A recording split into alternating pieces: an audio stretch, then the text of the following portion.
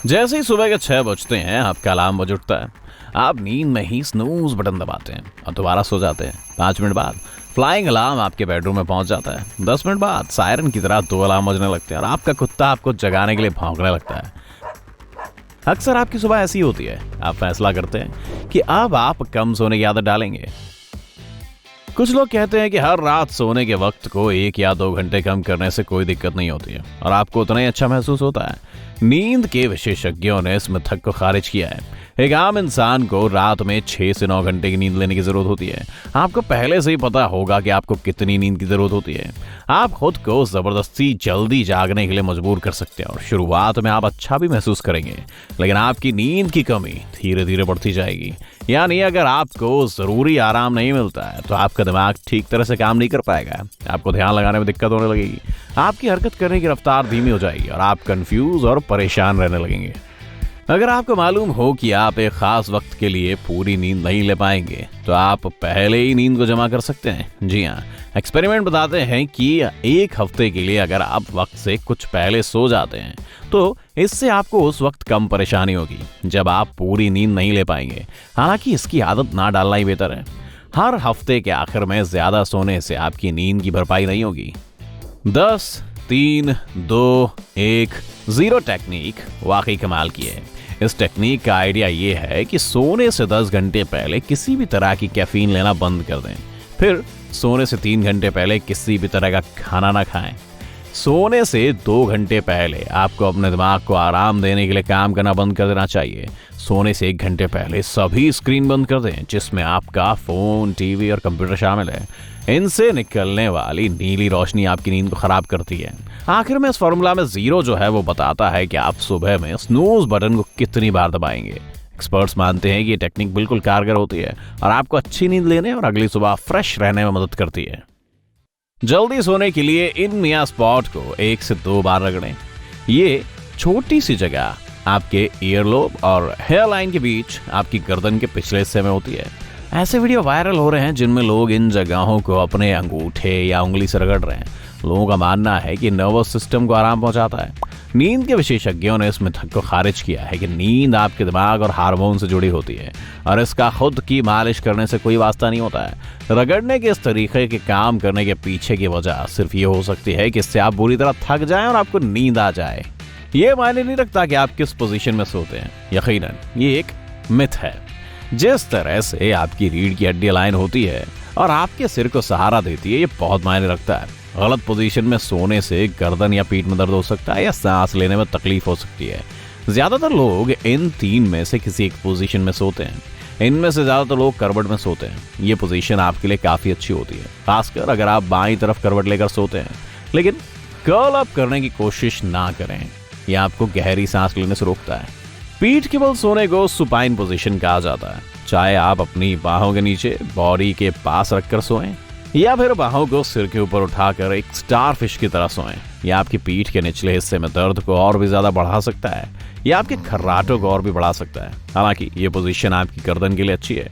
अगर आप अपने पेट के बल सोना पसंद करते हैं तो ये प्रोन पोजीशन कहलाती है। ये खर्राटों को कम करने में मदद कर सकती है, लेकिन इसमें आपकी गर्दन और रीढ़ की हड्डी न्यूट्रल पोजीशन में नहीं होती है और इससे आपकी नसों पर भी दबाव पड़ता है।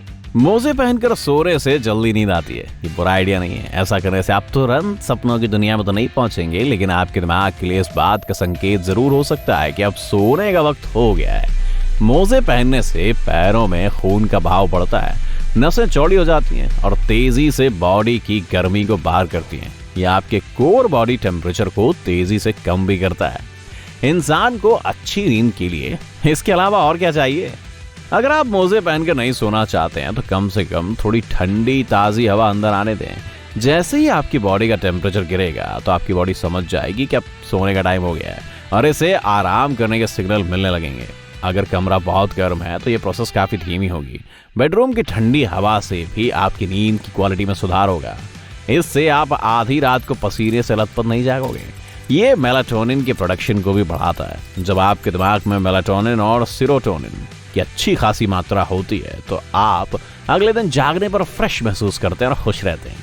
चेहरे को 30 सेकंड के लिए ठंडे पानी में डुबाना, हार्ट रेट को धीमा करने और खून की नसों को सिकोड़ने का एक तेज तरीका है। यह आपकी बॉडी को आरामदायक हाइबरनेशन मोड में पहुंचा देता है।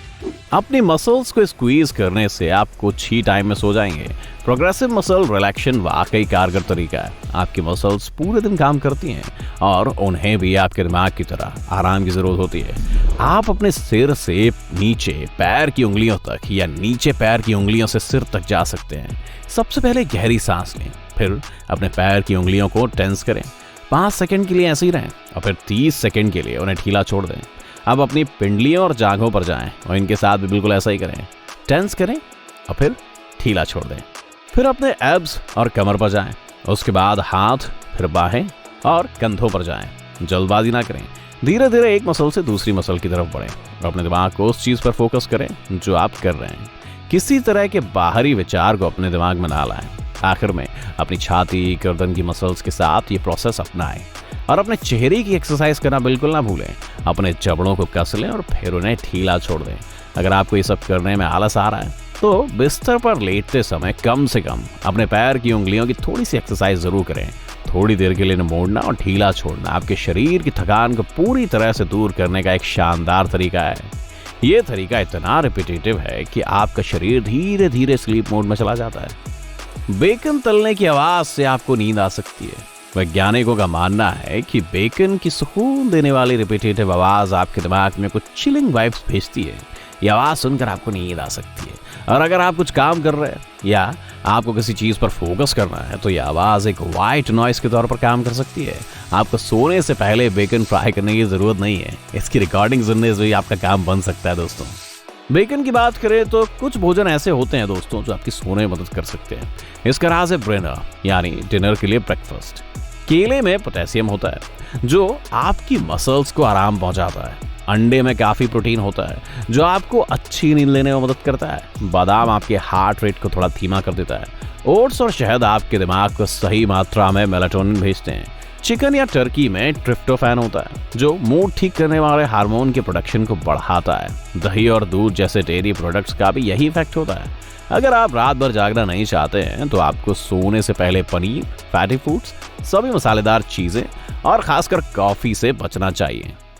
दिन के वक्त एक गहरी झपकी लेना आपके लिए अच्छा हो सकता है। झपकी लेना ठीक है, लेकिन आपकी झपकी 1 घंटे से ज्यादा लंबी नहीं होनी चाहिए और आप दोपहर 2 से 3 बजे से पहले इसका मजा ले सकते हैं। अगर आप ज्यादा लंबी झपकी लेते हैं तो आपको गहरी नींद आ जाएगी। आप सुस्ती के साथ जागेंगे और बिल्कुल भी तरोताजा महसूस नहीं करेंगे। आप सुबह की बची हुई थोड़ी नींद भी पूरी करेंगे। इसका मतलब है कि आपको रात में सोने में परेशानी हो सकती है। ज्यादा अच्छी झपकी लेने के लिए अपनी झपकी को 10 से 20 मिनट तक सीमित रखें और एक अलार्म सेट करें। जागने और सोने के बीच के वक्त में अपनी झपकी का वक्त तय करें। एक अंधेरी, ठंडी और शांत जगह खोजें और अपने बाकी कामों और दिक्कतों के बारे में ना सोचें, बल्कि ये सोचें कि इस झपकी से आपको क्या फायदा होने वाला है। जेट लैग को ठीक करने के लिए आपको पूरी रात जागते रहना होगा। ये मिथ काफी मशहूर है दोस्तों, क्योंकि नींद ना लेने से आपको नए वक्त में एडजस्ट होने में मदद नहीं मिलती है। जेट लैग का कोई इलाज नहीं है, लेकिन आप जितना हो सके बाहर टाइम बिताने की कोशिश कर सकते हैं।